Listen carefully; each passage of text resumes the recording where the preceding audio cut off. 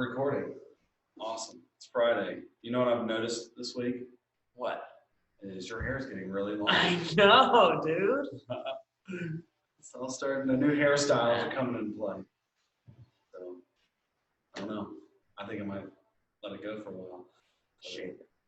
Now, I've seen a lot of people growing beards, They're not used to it. Not us. We're still here. We're still working. So, what's going on this week? What do we have going on?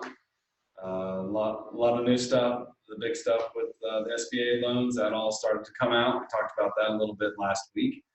We're still busy. Everyone's looking at inventories. Put some stuff out on LinkedIn today about the coming surge of surgeries that's going to happen. Restock madness. Restock madness. It is restock madness. We thought it was going to be slow, but it's really picked up. Yeah, it's crazy.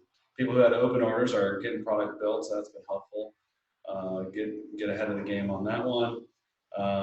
We have gotten a couple of inquiries from FDA and people associated with some of the COVID-19 stuff coming out. I haven't really found something that works for us. We've been helping a lot of people, guiding, pushing them in the right direction. We used to do a lot of 3D printing with plastics. We don't do that anymore because we only 3D print titanium orthopedic implants. That's our focus. I've been throwing a big concerns out to the 3D printing community to make sure that we are being as diligent as possible. Because I know everybody wants to jump in and help, but if you do things wrong way, you can hurt. So it's important to think about. Yeah, 100%. I think a lot of people jumping in and throwing parts out the door and printing parts and kind of just going loose. You see all these pictures of all these stacks and stacks of masks. And kind of gonna wonder, are they good? I mean, is that good? Is that sterile? Can it be sterilized? I think they're mainly single use. But I saw a list of devices that have been approved to be 3D printed, like the mask frame, and then there's like a mask for the actual face shield. But they're primarily single use. Right. Yeah. I did see one that was printed in titanium. What are your thoughts on that? There was actually, I think I saw the same one, but there was actually a lot of good questions on the comment thread of that, where some people that looked like they had a design history in like masks, like surgical masks, about face fitment and needing multiple sizes, and then like the contour of like many different sizes of face, which like you don't think about, but something as rigid as titanium might not be the best. Seems like it would get really hot, just hold it in sweat. I mean, you got that filter. Yeah, and if it's thin enough, it can have like some flex to it, but it would take some iteration. Really expensive. Yeah, it's mostly expensive. We know a little bit about printing titanium around here. So after this happens, what are we expecting here?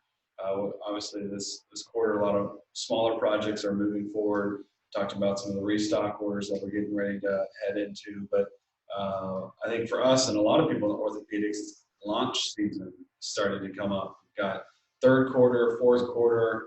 At least from our perspective, we see a lot of people launching in that time period. What is everyone else doing? What are you hearing from some of our customers who are going through that validation phase right now? Are they pushing launch plans, or are they sticking with the current timeline? Yeah, if they're as far as V&V, and no question they're pushing forward. Okay. So new product development, I think, depends on the organization. What their revenue to cash on hand looks like, because revenues are basically zero right? So everyone's balancing it differently. Some people have been furloughed, some people have been laid off, just out in the workforce in general. But for the most part, I think R&D budgets have been paused, but projects that have a pathway and like project plan are destined to be released this year are not stopping. Right. Yeah, it does seem like the ones that were still a lot of concept developing going on, those seem to have ceased for the moment. And yeah, I mean, you think about folks who have been furloughed. We do have a lot of people that have been non-responsive. But it will be interesting to see how organizations change after all of this. I think we'll be able to get, obviously, a lot more video meetings will become more norm than what they have been in the past. But just how the organizations work that we work with, how is that going to change, and how is that going to change our?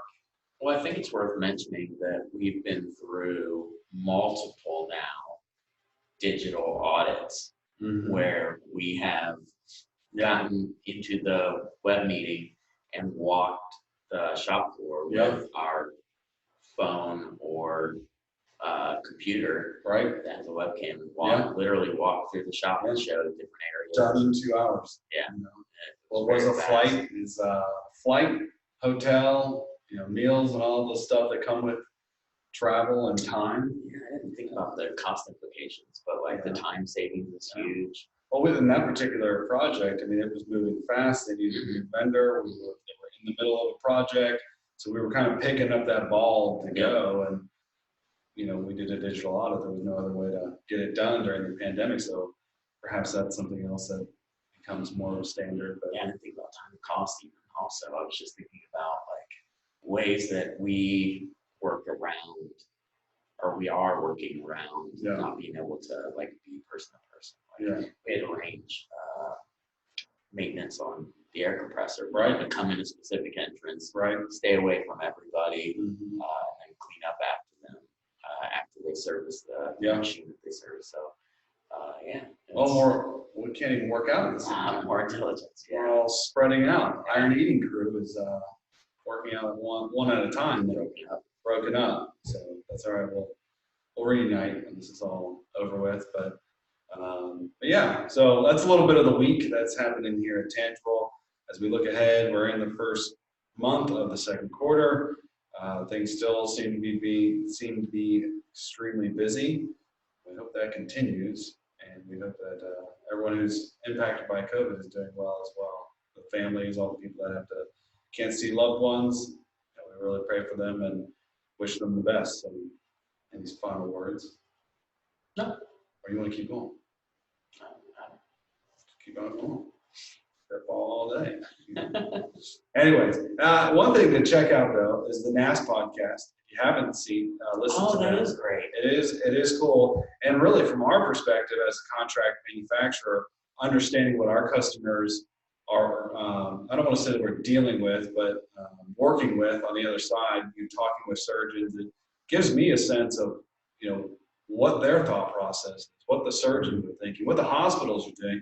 Because ultimately what the hospitals are doing, whether it's robotics or scheduling or how they're trying to diffuse potential patient to even going into surgery and how are those changing things, ultimately impacts us as well. So it's very interesting. If you haven't checked it out, do so. And that's it. It's a little bit of advice, but happy Friday, everyone, and take it easy. Have a great weekend. Yep. See you guys.